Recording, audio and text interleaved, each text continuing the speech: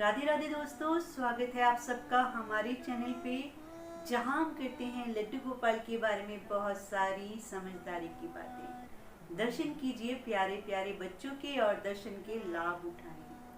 आज है सोमवार, आज है भोलेनाथ का दिन, सावन चल रहा है, तो आप सबको सावन के तीसरे सोमवार की हार्दिक शुभकामनाएं।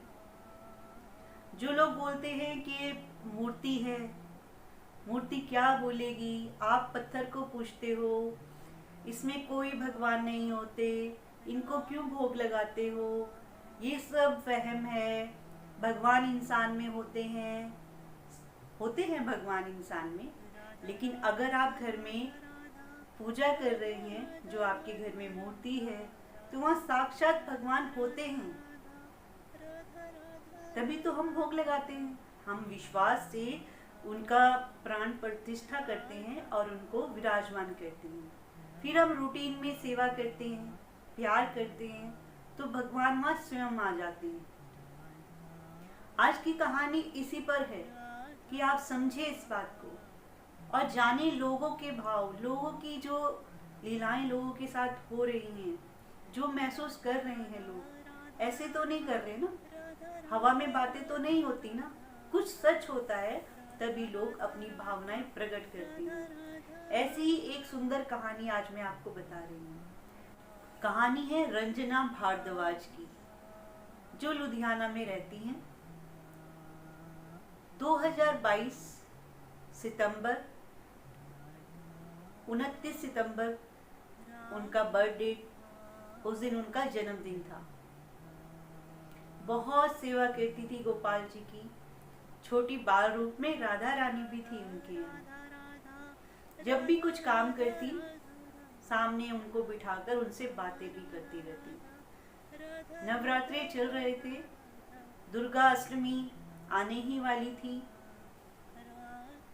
दुर्गा चालीसा पाठ करती थी रोजाना, और उस दिन जो कि उनका बर्थडे था, तो उनको बाजार भी जाना था, कुछ शॉपिंग भी करनी थी। कुछ बेटे की शादी तय हो गई थी, बेटे की शादी के लिए भी शॉपिंग चल रही थी।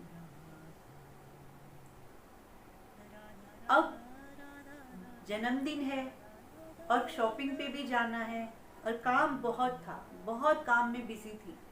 तो राधा रानी और लड्डू गोपाल को सामने ही बिठाकर वह पाठ करने लगी, जो उन्होंने दूसरे मोबाइल पर चला दिया।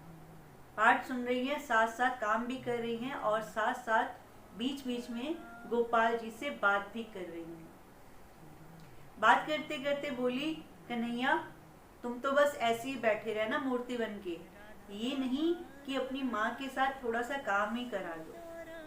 तुम दोनों मस्ती करते रहते हो और मेरा ख्याल नहीं करते। इतनी बात उन्होंने उनको बोली।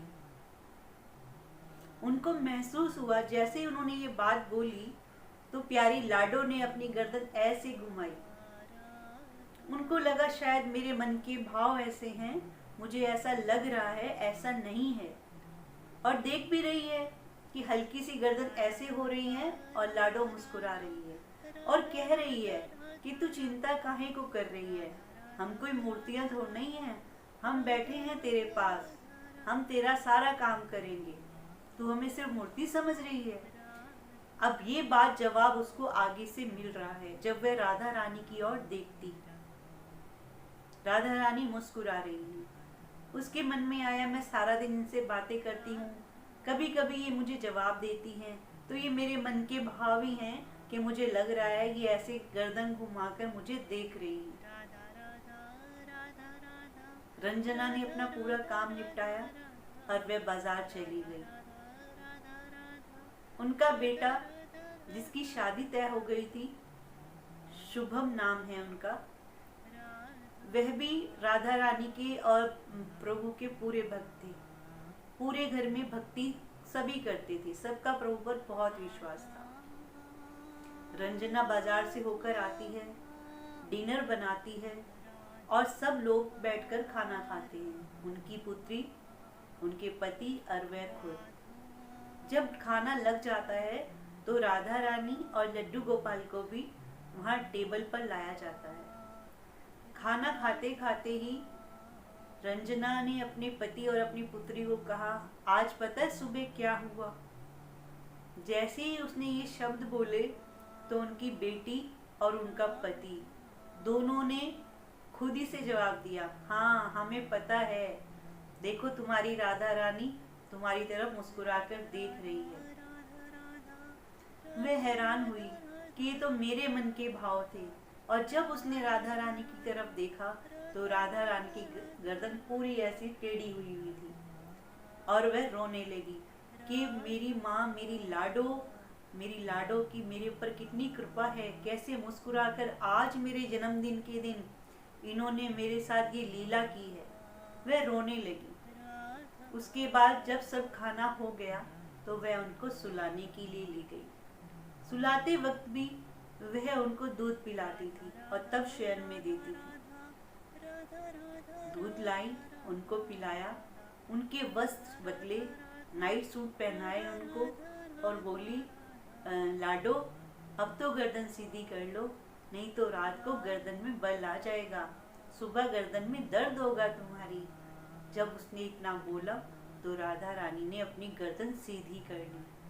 तो भगवान हैं, भावनाओं से जुड़े हैं, तभी तो आके ऐसी लीलाएं करते हैं। सिर्फ पत्थर की मूर्ति मान लिया है तो दर्शन कैसे होंगे? आप सच में भगवान मानिए, जानिए कि स्वयं साक्षी हैं भगवान, हर वक्त हमारे साथ हैं। जिस दिन आपने ये जान लिया ना कि ईश्वर हमारे हर काम का साक्षी है, देखिए उस दिन कर्म बनने ही बंद हो जाएंगे। उस दिन जिंदगी अलग ही मोड़ पर आ जाएगी, जहाँ कोई गलती से भी नहीं होगी, क्योंकि भगवान साक्षात प्रकट होते हैं भावनाओं से, प्यार से। जैसे हम किसी भी इंसान को प्यार करते हैं, जब वो प्यार में पूरा डूब जाता है, वो रह नहीं सकता हमारे बिना। ऐसे ही ईश्वर है। ईश्वर स्वयं हमारे से इतना प्यार कर लेते हैं, जब हम उनकी तरफ कदम बढ़ाते हैं तो वे खुद आकर हमारे पास, हमारे साथ होते हैं। हर पल ईश्वर साथ होता है। तभी तो होता है ना, कभी कहीं चोट लग जाए, कहीं हम गिर जाएं, कहीं ठोकर लगे, तो हमारे मुंह से क्या निकलता है? हे राम, हे कृष्ण, जय भोलेनाथ। जब भी हम घबराते हैं हम ईश्वर को याद करते हैं।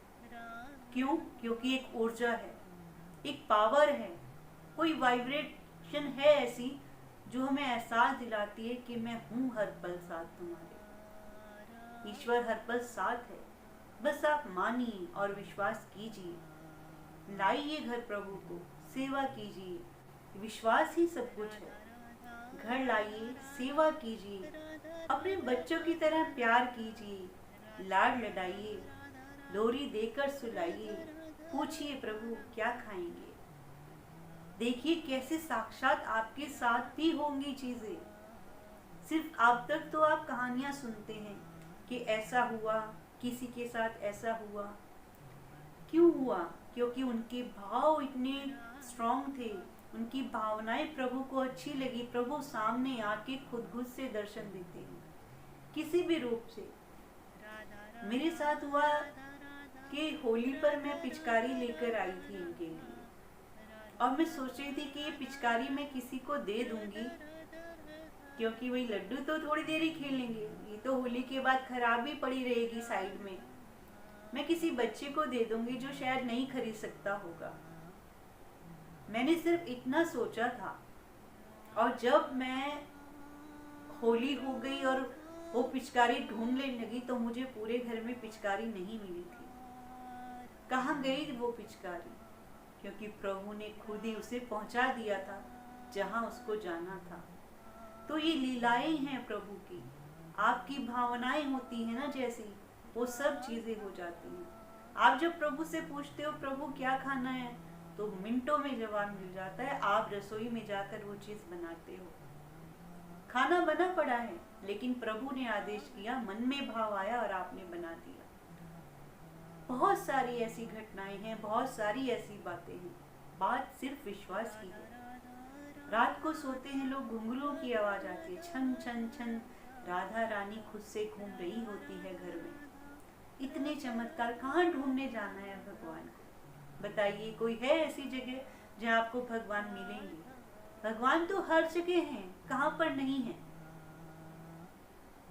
धन्ना सेठ की कहानी भी हमने सुनी है, कैसे एक पत्थर ही दे देते हैं उसको और कहते हैं ये भगवान है, ये ठाकुर है, और कैसे वो बंद कमरे में उसकी पूजा करते हैं, कितने भाव से कि भगवान भी मजबूर हो जाते हैं उसका साग और रोटी खाने को। तो सच है तभी तो है ना, सिर्फ कहानियां नहीं है। जिस दिन ये बात समझ में आ जाएगी ना कि भगवान सिर्फ कहानियों में नहीं है, वो साक्षात है, उसको मानिए, उससे जुड़िए और सेवा का लाभ उठाइए। इसी जन्म में हो सकता है। कभी जानवर बनकर आएंगे तो क्या प्रभु की सेवा कर पाएंगे? नहीं कर पाएंगे ना। तो जरूर जरूर लड्डू गोपाल को घर लाइए, राधा रानी को घर लाइए, सेवा कीजिए और न्यौछावर कर दीजिए अपना जीवन प्रभु के ऊपर, और फिर देखिए कैसे आपकी जिंदगी बदलती है। जरूर से जरूर लड्डू गोपाल को लाएं और सेवा करें। तो चलिए मिलेंगे हम अगली वीडियो में, तब तक के लिए राधे राधे, जय श्री कृष्णा, जय श्री श्याम।